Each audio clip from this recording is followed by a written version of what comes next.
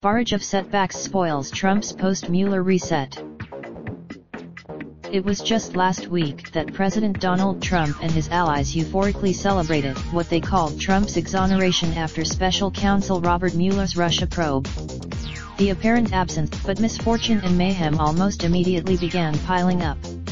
Trump unleashed, and news reports revealed that Mueller's soon-to-be-released findings may be far more damaging than Attorney General William Barr has publicly indicated, suggesting that the Russia scandal is hardly in the president's rear-view window. The action reached a crescendo on Thursday when Trump backed down from days of threats to shut down the U.S.-Mexico border in response to what he calls an illegal immigration and drug trafficking crisis. Facing intense while Trump added a new threat to slap tariffs on cars manufactured in Mexico, he was effectively backing down for the second time in a week on an issue he had elevated. Trump overruled. The twin retreats in particular left some Republicans privately expressing deep frustration, arguing that Trump once again squandered an otherwise triumphant moment with half-baked proclamations, and fearing that whatever momentum he seemed to gain last week had already been squandered. The border and healthcare snafus represent the risks of bold White House action aimed at charting a more proactive policy agenda that can carry Trump into the 2020 campaign. Acting White House Chief of Staff Mick Mulvaney has complained that the White House is too often on the defensive, taking punches instead of setting the agenda in Washington, according to a person with direct knowledge of one such conversation. Mulvaney has Meanwhile, the White House has been responding to a seemingly non-stop parade of setbacks. On Thursday, a day before, the House released information that showed Jared Kushner, Trump's son-in-law and senior advisor, was denied a security clearance last year because of concerns about foreign influence, private business interests and personal conduct. The weekend arrest. Despite backing down from his once imminent threat to close the southern border, Trump is heading to California on Friday to inspect a recently completed stretch of border barrier. Some of his allies, it'll get the attention off the news in Washington and refocus people's attention, said a former campaign aide who remains in touch with the White House. It's partially Trump will travel to Calexico, California, to tour the border on Friday on a two-day trip that will include a discussion with law enforcement at the border, 2020 campaign fundraising and a speech to the Republican Jewish Coalition in Las Vegas. David Bossie, a Trump confidant who worked on his 2016 campaign, dismissed reports of bad news, insisting nothing has changed for Trump since Mueller's report was concluded last month. He said they hate this president and they are trying to delegitimize him and impeach him, he said.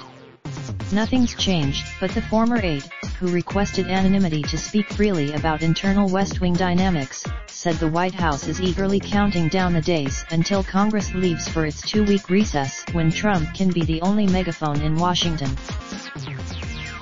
Until then, the president will be saddled with problem after problem, most of them emanating from Capitol Hill.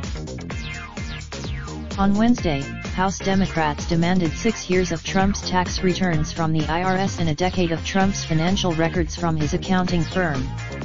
They also greenlighted the actions came amid reports that Mueller's team was frustrated that Attorney General Bill Barr didn't accurately portray their findings in his 4-page summary released last week.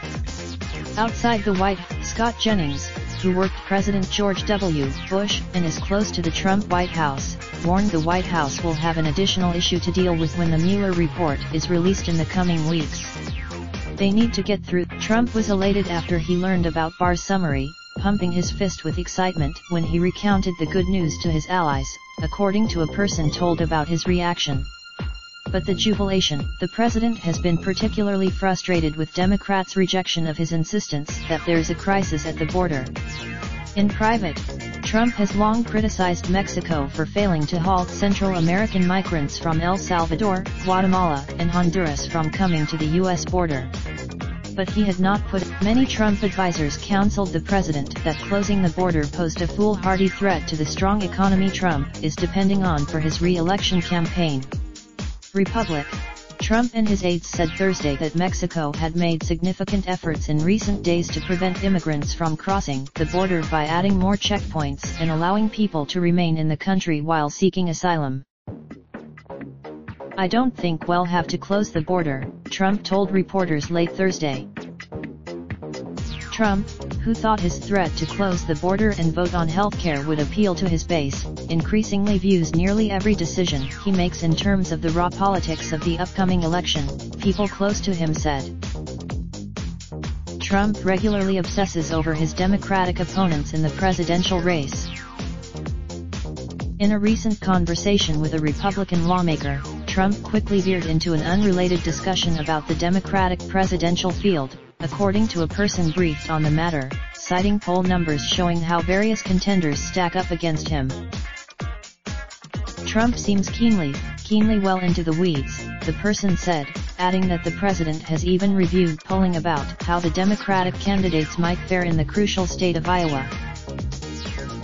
Eliana Johnson contributed to this story. Raindrops, drop top, top smoking, no cooking the hot pot. Fucking on your bitch, yeah, that.